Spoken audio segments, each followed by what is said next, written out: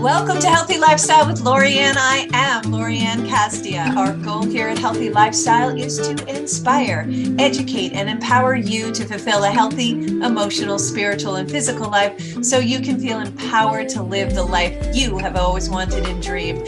I hope you're having a really great day today. I am a life and business transformational success coach, and I love illuminating and empowering others to find and embrace their life purpose. And today on our show, we have Kevin Palmieri on, and he has a great story. He is the founder and co-host of Next Level University podcast.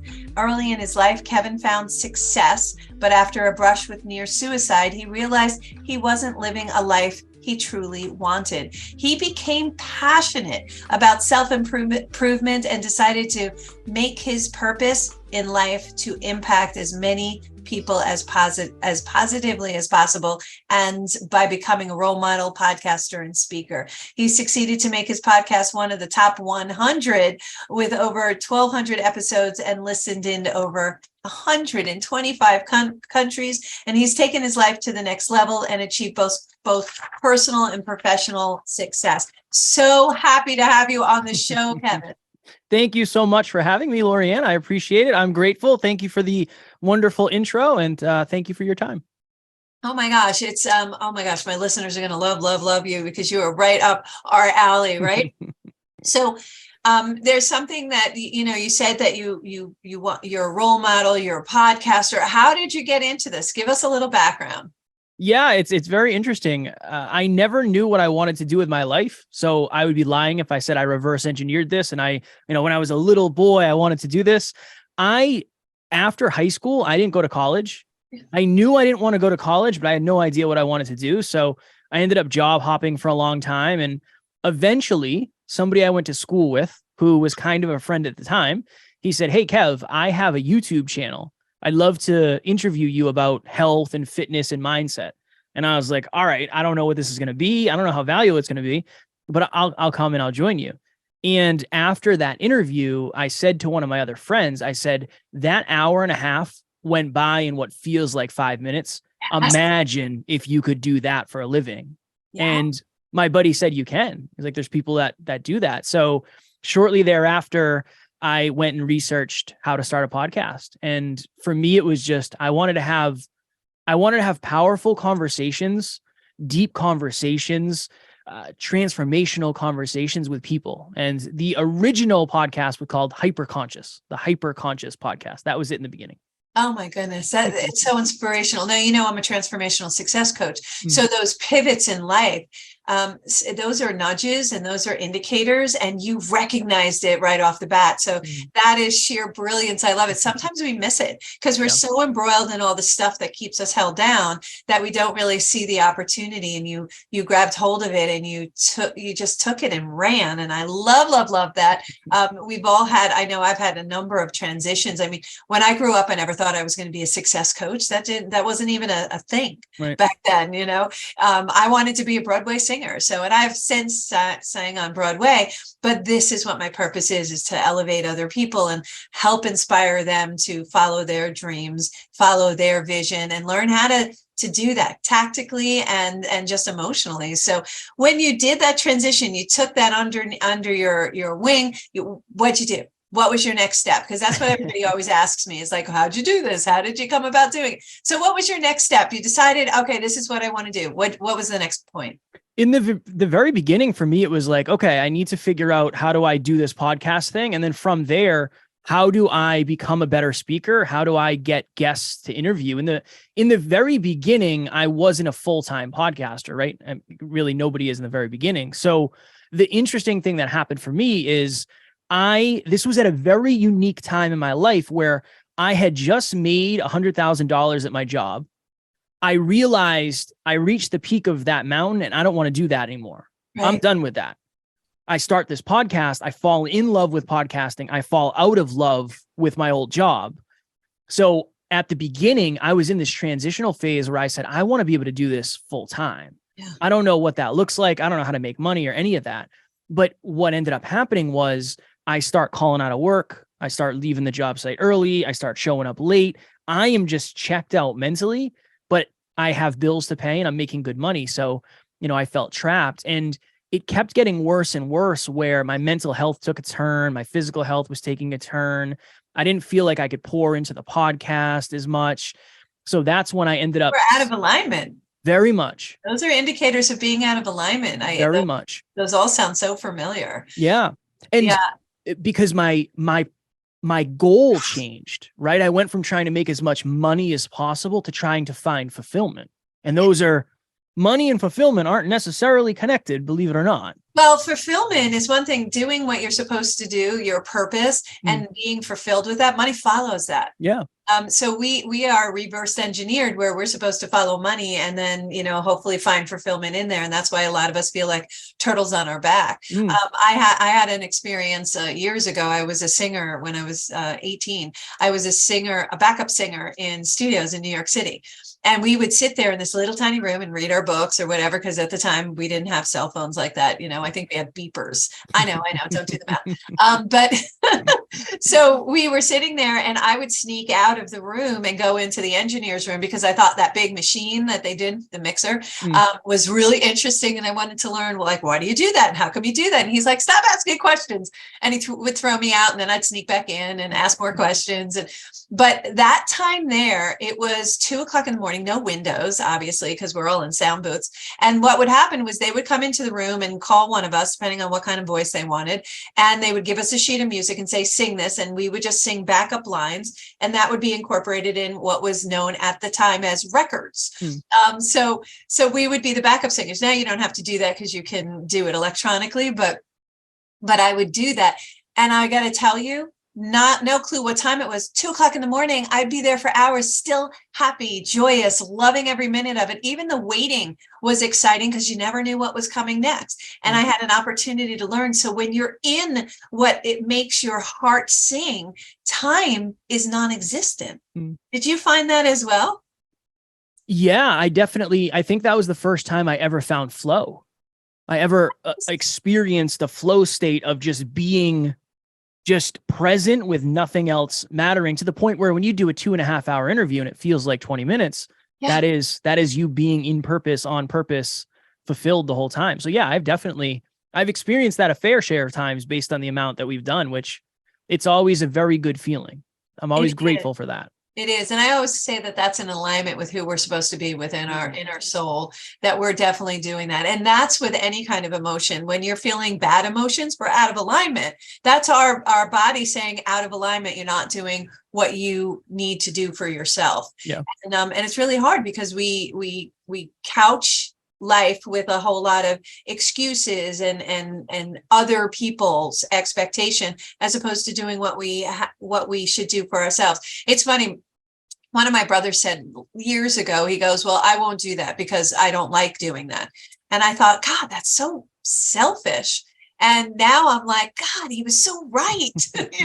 And he always, was always successful, always got what he wanted. It was just like he would step and gold would appear. It was just because he pursued what was in alignment with him, what felt good with him. And he was so dead doggone. There weren't any hows or whys. I get too cerebral sometimes, but I like to understand the making of it. And it actually just works. One of the things that's so important with what you do, especially getting your podcast out there, was it consistency? Is there an importance to consistently being out and present and in the moment?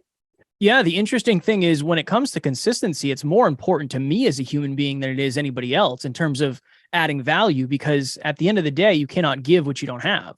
Yeah. So for me, the biggest thing that shifted my life is consistently learning. It probably sounds like it's straight out of a motivational speech of like, if you learn every day, you'll get better. But I've learned for 30 minutes a day for the last 6 years. Yeah. I wouldn't be showing up in the way that I am today with the lessons that I have or perceived wisdom that I might have if I didn't learn. So the consistency is not just from the aspect of it brings things to the real world, but I just think of it this way. If you do something once, the odds of you being very, very good at it are not very high, right? Unless you're naturally gifted. What really separates people who start something and then people who get really good at something and then people who facilitate a giant change in something is consistency. Yeah. Really. So how many people start something and say, you know what? I'm not seeing the results I want yet. Yeah. And that's just life. That's the way life is set up. So consistency is everything. Without consistency, I don't know if you can really win. I totally agree with that. You know, my morning ritual includes reading something that's powerful, that's good for my mind, that expands me. You know, learning, like you said, I'm a life learner, you're a life learner. Learning helps us expand. And that's part of consistency, is just intake, input constantly, like computers. Just keep giving me information. And I learn from so many different people. And I have training from so many different leaders in my industry as coaches, from so many of the top people. And people ask me, why, why do you do that? Can you not figure out who you really like or don't like?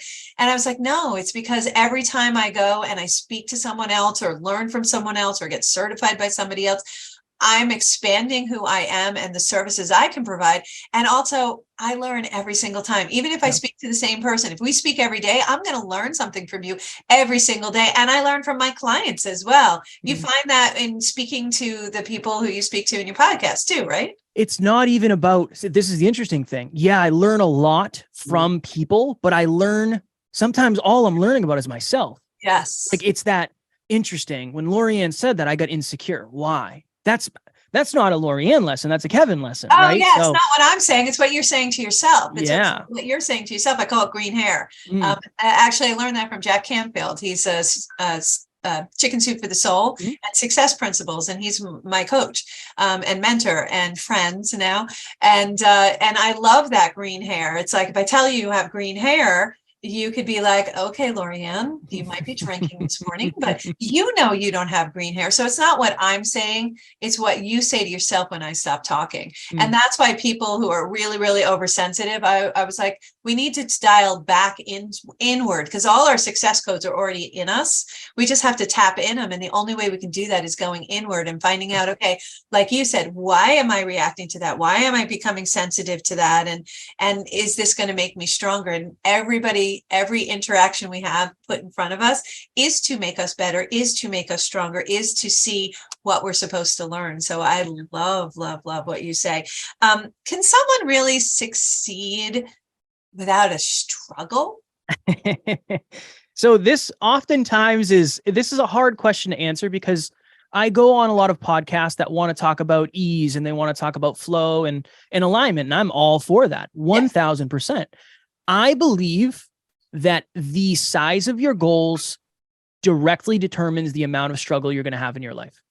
If I said today, Lorianne, I'm happy with what we have with our podcast. I don't really want to grind anymore. I don't really want to push. I don't want to be uncomfortable. I could ride off to the sunset and we would be fine. The show's going to keep growing. We're going to be fine. But I would never accomplish the things that I set out for in the beginning of having the most successful self-improvement company in the world. Right. So when you set goals like that, I believe there has to be some level of struggle that comes, because by definition, struggle is resistance. Well, let's unpack that. Is the struggle coming from struggle, it has to be hard, or is it struggle coming from unknown? There are so many things we have to learn more, because we're having a learning curve, because we're getting bigger, because we're opening up our universe a little bit more. We're going from what we already know. We know this is successful. Your podcast works. This will go on and on and on, and it will organically grow. But for us to markedly grow, we're going to have to do something different. So out of that, making changes and having that vision, is that the type of struggle you're talking about, or is it hard struggle? I think it's personal. Then this is my thought behind it. I said this on a podcast recently. I'm somebody who loves fitness. Okay. Unless I love fitness and exercise, and I love drinking enough water, and I love getting enough sleep, and I love doing mobility, and I love tracking my calories, whatever, there is going to be some level of struggle between where I am and getting my goals. Sure. Unless you just love everything you're doing, which I don't necessarily, right? Like, I'm honest about that. I love podcasting, but there are things I don't want to do, right? There are things that I do. Good. Well, I think that's a little different, because there are things that are icky about every business that we just have to do because it's part of the business process. And there are parts of like working out that you're like, ugh, I hate this part, but I'm going to do it because it's important. You see the benefit of doing it. I know that with every transition, it's usually at a pivot point where we're fighting with ourselves, right? So from every great struggle, from every great challenge comes equal great opportunity. For sure. So, and that's where I see a lot of people, especially as a coach, I see a lot of people jumping off too soon. They just don't wait to get by that hard part. They do the lifts, and instead of doing 10, they only do 5. But if they just push through, they could have easily gotten to 10 and felt that huge elation of success. I know I had a challenge years ago. I started riding a motorcycle at an older age, only a few years ago. And I was going to go on my first long trip up to Laconia, right? New Hampshire. And I was scared to death. I got to tell you, my self-talk the week before, I talked myself in and out of that trip. I can't tell you how many times. And I was like, just stop. I literally went, what's the worst that can happen? All right, worst thing that happens, I crash the bike, I throw it in a truck, I drive it back, and I don't ride anymore. What's the worst that can happen? I crash it, I drop the bike, I don't get back on the bike because I'm uncomfortable. I throw it in a truck, I bring it back, and I don't ride anymore. What happened was I ended up going. I went to it was early in the morning. It was 4 a.m. We had to meet at 5. I got on my bike. I walked it down to the end of the driveway because it's really loud, obviously. And that's for our safety purposes. I never knew that before that. I was like, why do bikes have to be so noisy? We want to be heard because in case we're not seen, we want people to know we're someplace around there. So I start her up at the bottom of the driveway. It's 4 a.m. There's no traffic. I'm looking to the right. I'm looking to the left. I'm looking to the right. I'm looking to the left, sweating profusely. And I'm like, what am I looking for? So I start up the bike. I'm like, okay, let's just do this. I go across the street, over the curb, over some brush, back over the curb, back on the street. I'm still standing. I'm like, okay, we're good. And I took off. On my way back, I felt such an elation of facing my fears, of going through that struggle, of taking that challenge on and not allowing all those things, those protective things our ego throws in front of us, not allowing that to stop me from doing it. Is that what you're talking? Yes. Okay. If you were comfortable getting the results that you wanted in life, you'd already have the results you want in life. Yes. So the level of discomfort, that's what I would say. Struggle for me, all that is, if we redefine that, that is the amount of discomfort between where you are and where you want to go. Yes. Yes. Yes. I don't think it's avoidable. No. Yes, discomfort is really good. That's when you know we're growing. I say, and my clients laugh at me, literally I say, and our listeners know I say this, I'm more comfortable being uncomfortable than I'm comfortable being comfortable because I know I'm growing. Yeah. And so you get comfortable being uncomfortable. So get comfortable being uncomfortable because that means you're growing and you're learning and you're expanding. And the word of the year for me is expansion, so growth is so important. What's your word of the year? Do you have one? No, right. Probably profitability. That would be the main focus of this year as a business. Good word. Good word. What's something you wish you knew earlier? Oh gosh, I have a list. Right. Same. I wish I knew how important time was. Not just from you have to cherish every moment you have, but time is one of those things that it's very hard to account for. I think many of us look at people and we say, oh, Lorianne has been where Lorianne is right now forever. And I am going to be stuck where I am forever. And in reality, you started somewhere different and I started somewhere different.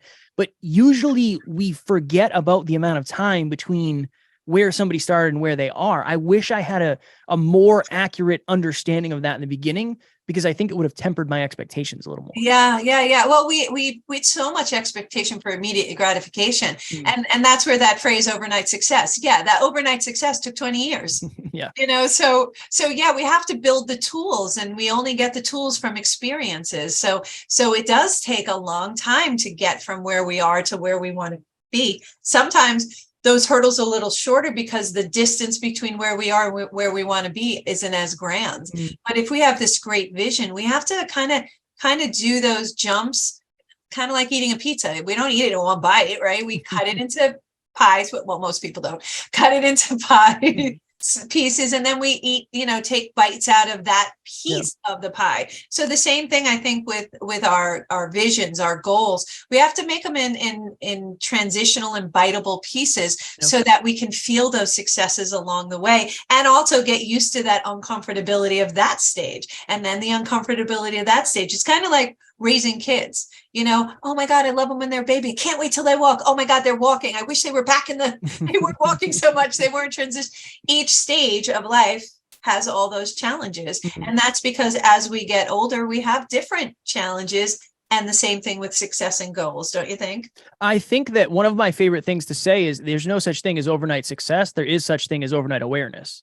So it's like that baby who just started walking today, they didn't just start walking today. They've been practicing walking for the last however long, and you just caught the moment where they started walking. That's an awareness. That is not a success. That is an awareness that happened. I love that saying because Taylor Swift was just as good the day before signing her contract as she was the day she signed her contract. It's not what she did the day before. It's what she did for the previous 14 years, or I don't know when she signed her contract. So that. Totally agree. You're listening to Healthy Lifestyle with Lorianne, and we're here with Kevin, and we're having a great conversation. We're going to take a quick break and be right back.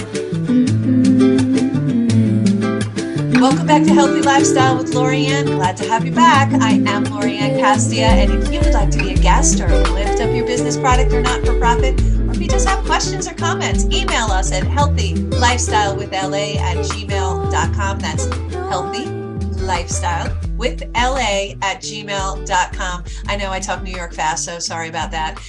Today we're here with Kevin. Kevin, hugely successful with your podcast, just hugely successful in life. I love where you transitioned. You came from what I would refer to as a dark place, transition, pivoted your life and went, no, I have more here to offer and give. And oh my gosh, are you giving? I love everything that you've said today. So how did people become more confident? And this coming from a man who did that really hard transition. Yeah, I always preface it with, I might seem like a very confident individual, but I have just practiced for many, many, many things. So this is my thought. My thought for many of us is we do not have belief. And when you do not have belief, you don't take action. When you don't take action, you don't get feedback. That proves to you that you shouldn't believe in yourself. I call it the confidence conundrum, where a lot of people get stuck. So the best way, the only real way to build confidence from what I've seen is you have to set small, realistic, achievable, sustainable goals, and you have to start proving yourself right. You do not have to get to the top of the mountain today. You have to take one step up the side of the mountain. And one way you can do that is by borrowing somebody else's belief. If you go to Lorianne and say, hey, I'm not confident. I don't know how to start conversations with strangers. What do I do? And Lorianne goes to the mall with you and starts conversations with strangers with you. You will be more confident leaving that mall that day. I actually did that with one of our listeners, and she went to school after that and got a 3.9 and moved across the country. And now she's on our team, right? That was just basically, we decide somewhere in our minds, this is not achievable for me. Yeah. I'm not confident enough to do this. Well, what are beliefs? Beliefs are simply thoughts we can think over and over again. Yeah. And suddenly it's our belief. And somewhere along the line, something you heard, something you did, someone said, most likely to you, you started to believe, and you made it a reality and made it a belief because you kept thinking it over and over again. So what you just did as your example with that young lady is you jumped that belief and showed her that was an incorrect belief, that she can do it. The can't word is really, I want our listeners to change the word can't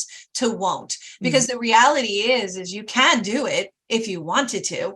If you thought you could, right? You can do it. It's really a won't. I won't do that. So when you hear yourself say, I can't, I want you to flip it, do the law of replacement, put the word won't in there and see how you feel and see how it adjusts and see how you change almost immediately with your languaging and then how you think about yourself. So it's really amazing because we're all amazing superheroes. We all have this amazing light in us and we're here to do something. There's a purpose for our being here. Every single one of us is just as important as the next person.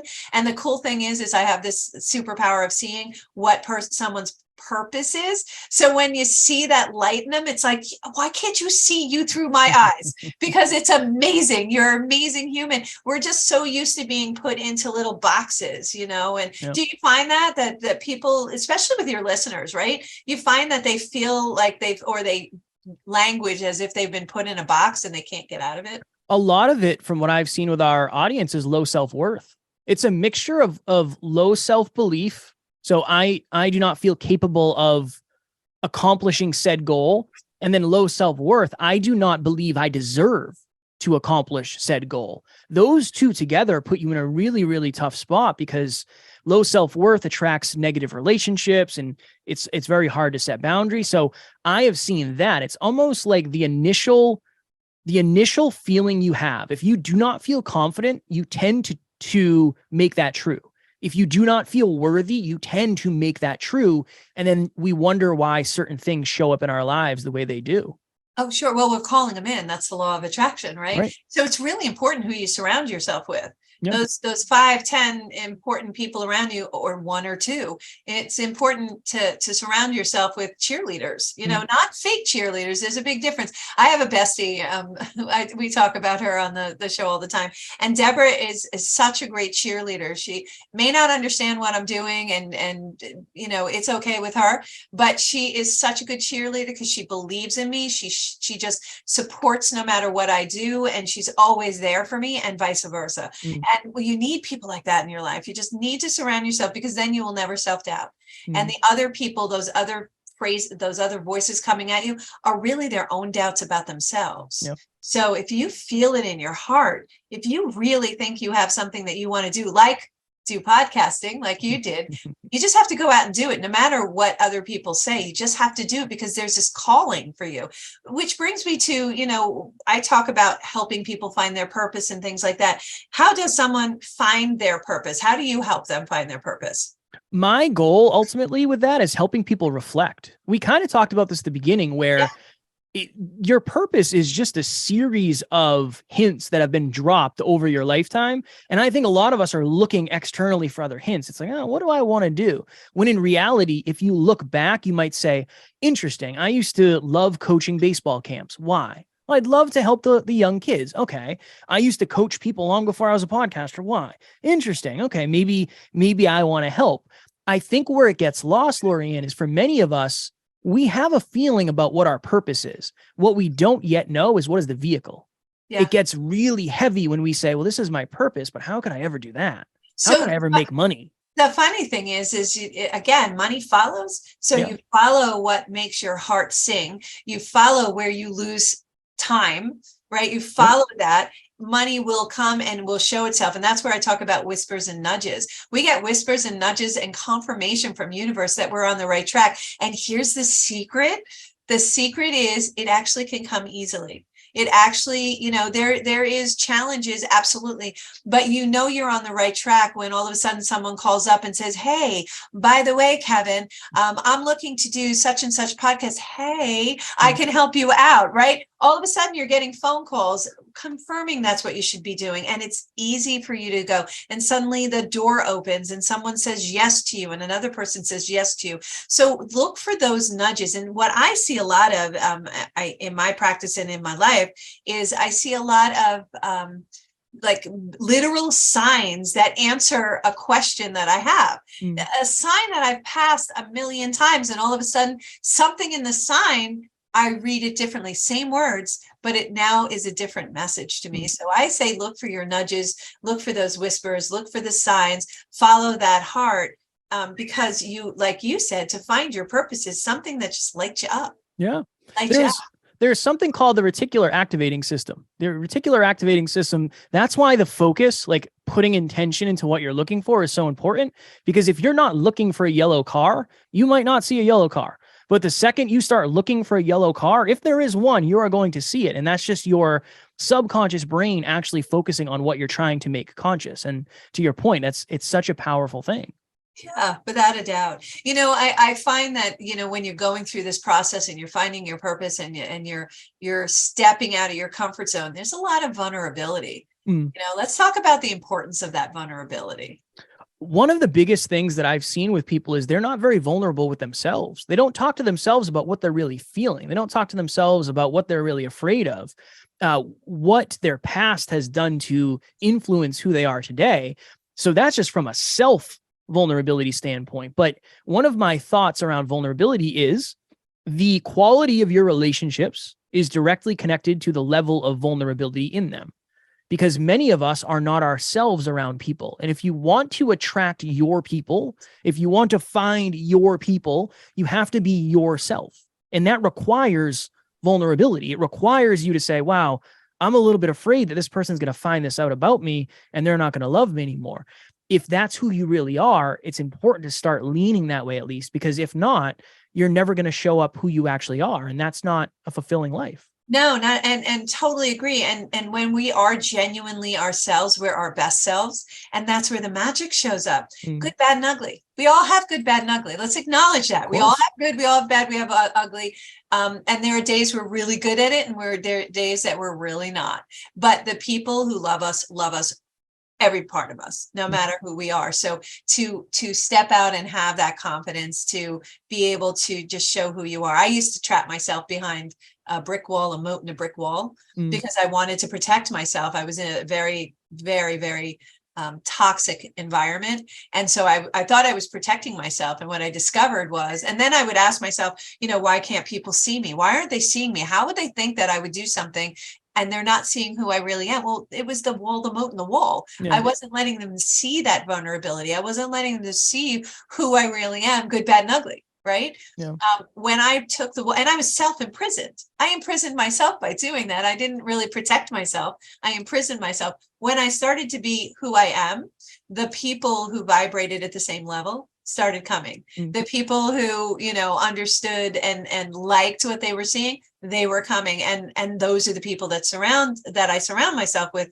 They make me feel comfortable. They're the people who you look at and you're like, I feel like I've known you forever. You're one of my tribe. It's like you. When I started talking to you, Kevin, I was like, oh my God, he's one of my tribe. You just know, because you're at that same vibration level in such a good way, because everything vibrates. We all vibrate. The world vibrates. The trees vibrate. Our paper vibrates. And it's that vibration level above the line. All the bad feelings are low vibrational. All the good feelings are high vibrational. And so when you're in that joyous state, you attract other joyous people. Want to be like that. So it's the making eye contact, it's the smiling, it's the being passionate and compassionate about what you do and how you help other people. One of my favorite quotes about the people around you: are the people in your life the best from your past or the best for your future?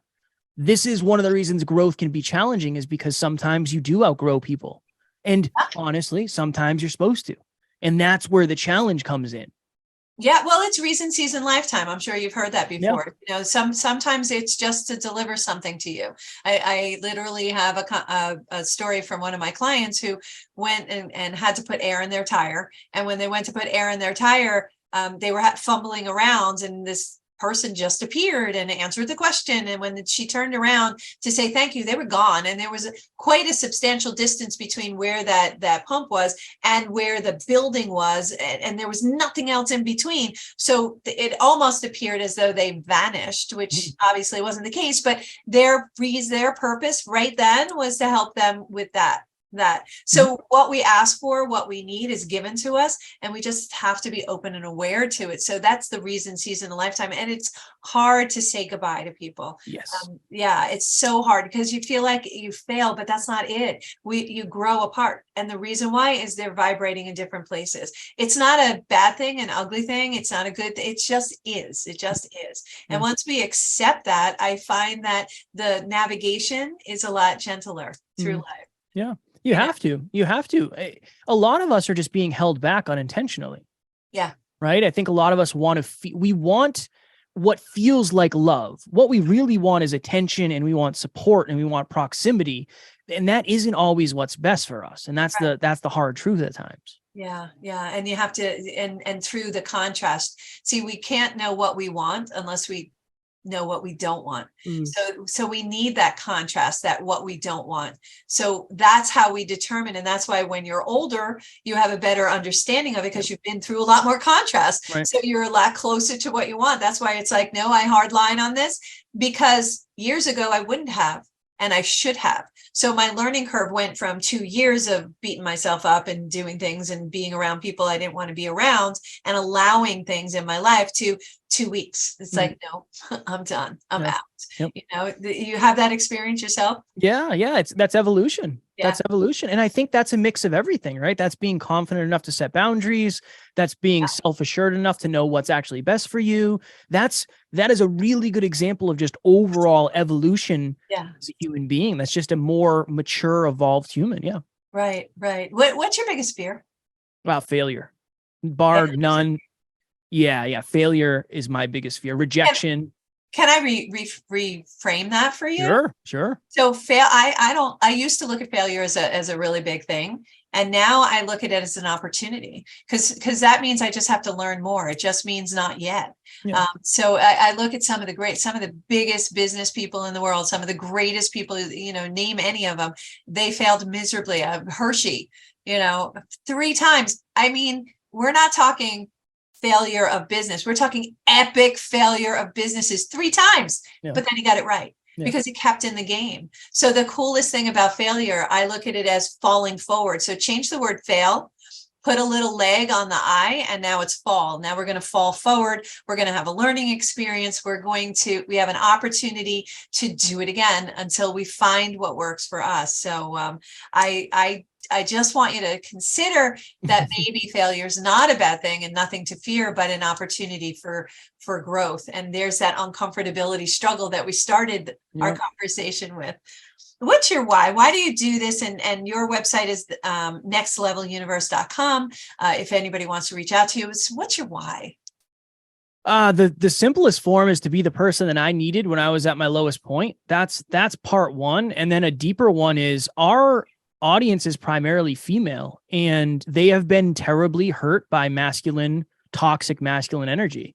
And I don't ever want to be that. My business partner and I don't ever want to be that. That's why I try to be vulnerable and I try to be a real human being and talk about my struggles. And I want people to be safe. So that I think when we talk about self-improvement, there's a lot of places to go, but it's this weird thing where there's just a lot of toxic stuff that is in the self-improvement industry. So we believe that if we create a safe, inclusive space, that's my why. I want people to feel safe to grow, because growth is hard enough. You shouldn't have to worry about the people teaching you the growth as well. Well, while you're in a growth, you have to be vulnerable. Yeah. Because you're doing something you're not confident about. So you're going to be vulnerable, right? Yeah. So all those things that we spoke about today really go to making sure you're surrounded by good people and you're in a safe place. You're what I fondly refer to as you're a good human. You see the light as soon as you see you. And I only like to deal with good humans. And for me, there are only good humans and bad humans. All the other things are exciting differences that make us who we are, right? Mm-hmm. But clearly a good human, and just trying to put good things out there. And if you had, any message that you really want to get across to our listeners today, what would that be? Oh, man. 5, 10, 15, 20 years from today, your life is going to look different. It's just the law of the universe. No matter what, it's going to change. Try to intentionally change it as much as you can, right? You are in a larger portion of control than you might realize. And I would hate for somebody to get into the future and say, wow, I really wish I could have controlled this better. That starts today, and you definitely can. In the last few minutes, your podcast is called? Next Level University. There you go. Next Level Universe. And how can they find you? Everywhere? Yeah, just search Next Level University and we'll come up on all the podcast platforms. We're on YouTube, 7 episodes a week. So you'll either love us or get sick of us very quickly. And if someone wants to reach out to you at nextleveluniverse.com, right? Yes, you can reach out there. Yeah. And how big is your team? You mentioned your team before. Right now we have 17 people on our team. And what does everybody do on your team? All podcasters or? No. So we have a couple executive admins. We have a web designer. We have podcast editors, audio and video. We have people who run the mailing list. So everybody, this is the interesting thing. Almost everybody on our team is from within the community. So we'll find listeners who are aligned, and then we take them behind the scenes and say, this is actually how this whole thing runs. And they just love being a part of the mission. So everybody has their thing that they're focused on, and we have the best team in the world. I love that. I love that you talk to your community. One of the things that we were talking between segments, and you had indicated that, you would help somebody and now they're on your team, that you bring them into your world and help facilitate what they're supposed to do. Yep. How do you, and the other thing that you said was really striking is that you really know your listeners. How do you get to know your listeners? In the very beginning, I would literally just send people DMs and say, here's my number. Call me later, or, hey, let's jump on a FaceTime. In the very beginning, the main thing I focused on was understanding our demographic, because I thought we were going to be talking to bodybuilding bros, because that's kind of who I was in the beginning. And when I realized that wasn't the demographic, I said, all right, I have a lot to learn here. There's a lot for me to learn if I'm going to be able to serve this demographic at a deep level. So yeah, I just gave people my number and said, hey, let's hop on a call or a FaceTime. And well, I just want to learn about you. I'm not going to sell you. I just want to ask you questions. That's really it. Yeah. Yeah. And asking, we learn so much from that, right? Yeah. And it's ask. We talk about that here as well. The importance of doing that. What's your favorite topic that you talk about? Probably self-belief and self-worth. I think lack of confidence is one of the biggest not problems, but one of the biggest barriers between success and lack of. I just think many people have had it beaten into them that they're not good enough, not smart enough, not pretty enough, not enough. I wonder why we have that we matter and not enough. How we're grown up that way, and what in our society is making so many people feel so vulnerable like that. Is it the media? Is it TV? I always say, shut the TV off. My listeners know that. I'm always like, just shut the news off. Don't listen to the news. If it's important, it'll get to you. Because I find it very toxic. I literally can't physically listen to it, because I start to feel a difference. I feel a shift in my body. That's not good. So do you think it's that? Do you think it's media? What do you think? I think it's, to a degree. I mean, if you look at social media, every other person is like a model that you would never, ever, ever see in person, because that's not actually the way they look in real life. So that's a part of it. But I think this is the truth. I think it's easier not to be confident. Yeah. I really think that's what it is. From day to day, it sucks. It does suck not being confident, not believing in yourself, but it's almost like it's a dull feeling where, unless you have a greater reason, a larger piece of necessity, you're probably not going to get out of your comfort zone and try to break that down. So I think that's it, honestly. Totally agree. You are a superstar. I'd love to have you back on, Kevin. I'd love Kevin to. Palmieri, unbelievably, from the nextleveluniverse.com. Check out his podcast. 7 days a week, you can get so much of him and so much sage knowledge. So thank you so much. You're just a dream and a pleasure to have on. Thank you. Thank you all for joining us today on Healthy Lifestyle with Lorianne. I hope we earned the privilege of your time. I really want to thank again my guest, Kevin. And if you're looking for a business coach, accountability strategy, direction, a sounding board, or someone to help you streamline your business, just reach out to me. You know how to do this. 516-983-3591. Would love to help you soar to success. Thank you again for joining us today on Healthy Lifestyle. Look for our show next Saturday at 3 p.m. Until next time, I am Lorianne Casdia. Play a higher role, serve a higher purpose, show up for you, and show up what? That's right, show up big. Have a great day, everyone.